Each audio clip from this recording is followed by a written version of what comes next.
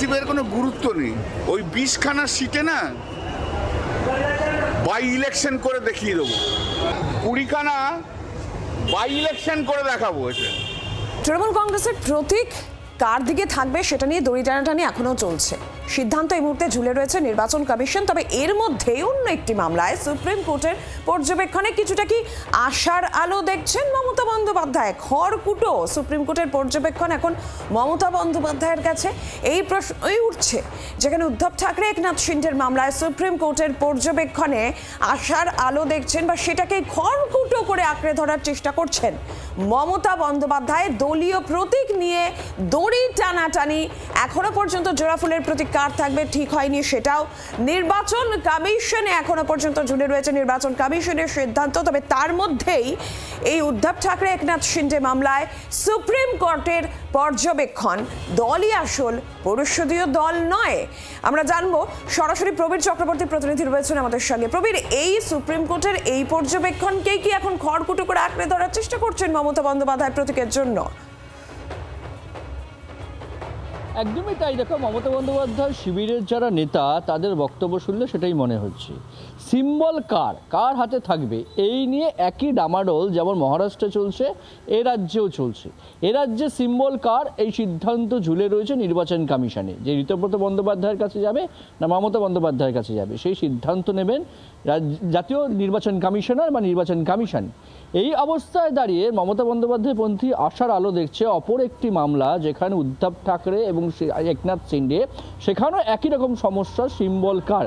সেটা সুপ্রিম কোর্টে সেই মামলা ইতিমধ্যেই শুনানি শুরু হয়েছে, যেখানে দাঁড়িয়ে সুপ্রিম কোর্টের প্রধান বিচারপতির বেঞ্চ যে এই একটা তারা অবজারভেশন দিয়েছে, তাদের যে পর্যবেক্ষণ, তারা বলেছেন পর্যবেক্ষণে বৃহস্পতিবার দিন যে দলই আসল, দলই শেষ কথা, পরিষদীয় দল নয়। ফলে এখানেও কিন্তু এই ব্যাপারটা রয়েছে যে মমতা বন্দ্যোপাধ্যায়ের সিদ্ধান্ত বেশি না, যেহেতু বিধায়ক সংখ্যা বেশি ঋতব্রত বন্দ্যোপাধ্যায়ের শিবিরে, তাদের জোর বেশি। নির্বাচন কমিশন সিদ্ধান্ত নেবে, সিদ্ধান্ত এখনো জানায়নি। কিন্তু যেহেতু সুপ্রিম কোর্ট উদ্ধব ঠাকরে এবং একনাথ শিন্ডের মামলায় এই পর্যবেক্ষণ দিচ্ছেন যে দল আসল, পরিষদীয় দল নয়, এই জায়গা থেকে দাঁড়িয়ে বাড়তি অক্সিজেন পাচ্ছে বলে মনে করা হচ্ছে কালীঘাট শিবির। যেহেতু তারা এখন পর্যন্ত নির্বাচন কমিশনের সিদ্ধান্তের অপেক্ষা করছে, ইতিমধ্যেই মমতা বন্দ্যোপাধ্যায় চিঠি লিখে জানিয়েছেন যে সিদ্ধান্ত তাড়াতাড়ি জানান। মনে করা হচ্ছে সিদ্ধান্ত বিপক্ষে গেলে মমতা বন্দ্যোপাধ্যায় সুপ্রিম কোর্টে যাবেন, কিন্তু তার আগে সুপ্রিম কোর্টের পর্যবেক্ষণে কিছুটা আশা আলো দেখছেন বলে মনে করছে রাজনৈতিক মহল। কল্যাণ বন্দ্যোপাধ্যায়, সৌগত রায়ের বক্তব্য কিন্তু সেটা পরিষ্কার। নীলাঞ্জনা। প্রবীর, ধন্যবাদ।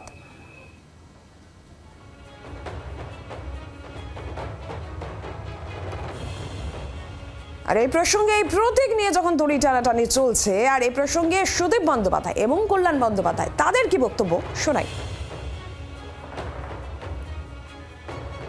যাদের সঙ্গে গেছি সব ব্যাপার থেকে বের করে নেওয়ার দায়িত্ব তাদের।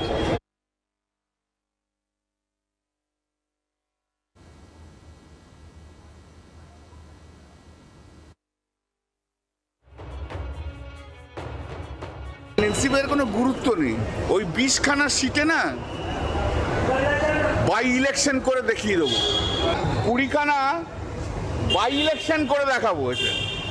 বাংলার মানুষ এদের ঘৃণা করে। আমার বিজেপিকে কোনো দোষ দিচ্ছি না আমি, কিন্তু এরা এই সমস্ত গ্রিডি লোকেরা, এই 20টা যাদের 20টা লোক নেই পাড়াতে, এই 20টা লোকের বাই ইলেকশন করে দেখিয়ে দেবো আমি।